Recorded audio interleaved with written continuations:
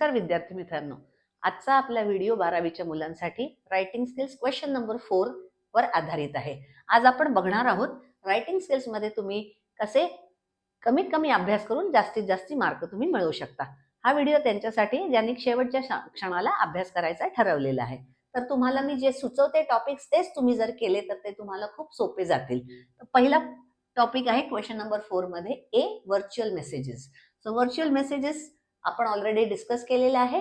त्यात तुम्हाला फॉर्मॅट करता 1 मार्क, कंटेंट करता 1 मार्क, व्होकॅब्युलरी करता आणि प्रेझेंटेशन करता तुम्हाला 1 मार्क, असे 4 मार्कांचा प्रश्न आहे.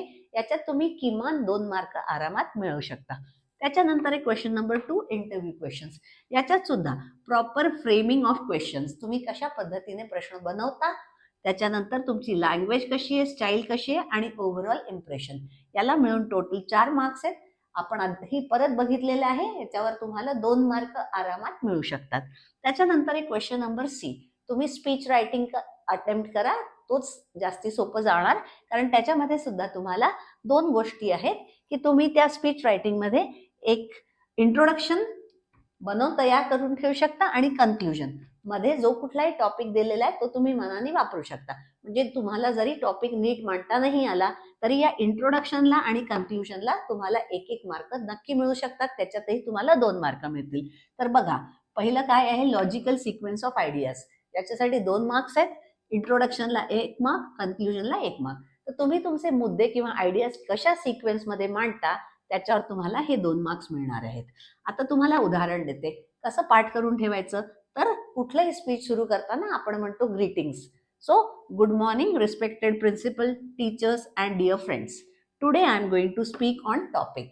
आता कुठलं टॉपिक दिलेलं असेल ते शांतपणे प्रश्नामध्ये वाचा आणि त्या टॉपिकचं इथे नाव लिहायचं.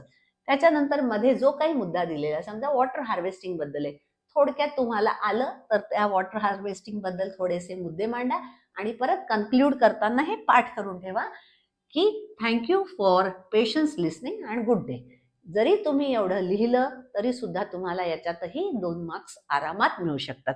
त्याच्यानंतरचा आपला टॉपिक आहे क्वेश्चन नंबर 4 चा डी, तर रिव्ह्यू आहे. रिव्ह्यू मध्ये काय असणार आहे, तुम्हाला आयदर ते लोक फिल्म रिव्ह्यू देतील किंवा बुक रिव्ह्यू देतील. फिल्म रिव्ह्यू मध्ये सुद्धा कधीतरी असे होऊ शकतं की व्हिडिओ फिल्म किंवा नुसते फिल्म, आणि बुक रिव्ह्यू मध्ये कधी कधी मॅगझिन पण देऊ शकतात. तर दोघांमध्ये काय आपण कुठले मुद्दे घेऊन वापरायचं ते पटापट बघूया. तर पहिले आहे फिल्म रिव्ह्यू मध्ये स्टोरी बघायची. काय स्टोरी, तर त्याच्यामध्ये शॉर्ट मध्ये 1-2 ओळी स्टोरीच्या लिहा. प्रोड्युसर कोण होता, डायरेक्टर कोण होतं, स्पेशल फीचर, तुम्हाला काय आवडलं त्या सिनेमामध्ये स्पेशल फीचर, ती एखाद्या ओळीमध्ये लिहून टाका. म्युझिक, डान्स आणि सॉंग्स बद्दल तुम्ही एखादी ओळ लिहू शकता आणि त्या सिनेमाबद्दल तुमचं मत मांडा. एवढे सुद्धा मुद्दे लिहिले तरी तुम्हाला 2 मार्क मिळण्यास काहीही हरकत नाही. त्याच्यानंतर बुक रिव्ह्यू मध्ये तसंच आहे.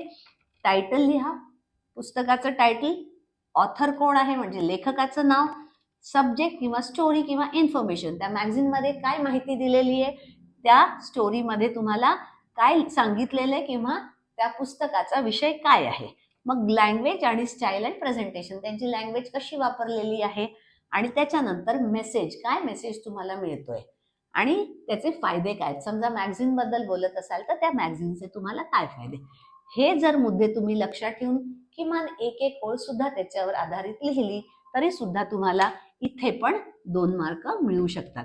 आता यांना कसं डिस्ट्रीब्युशन केलेलं आहे, तर प्रेझेंटेशन, तुमची थीम कशी मांडली आहे त्याच्यासाठी 2 मार्क्स, आस्पेक्ट्स करता 1 मार्क आणि ओव्हरऑल प्रेझेंटेशन साठी 1 मार्क.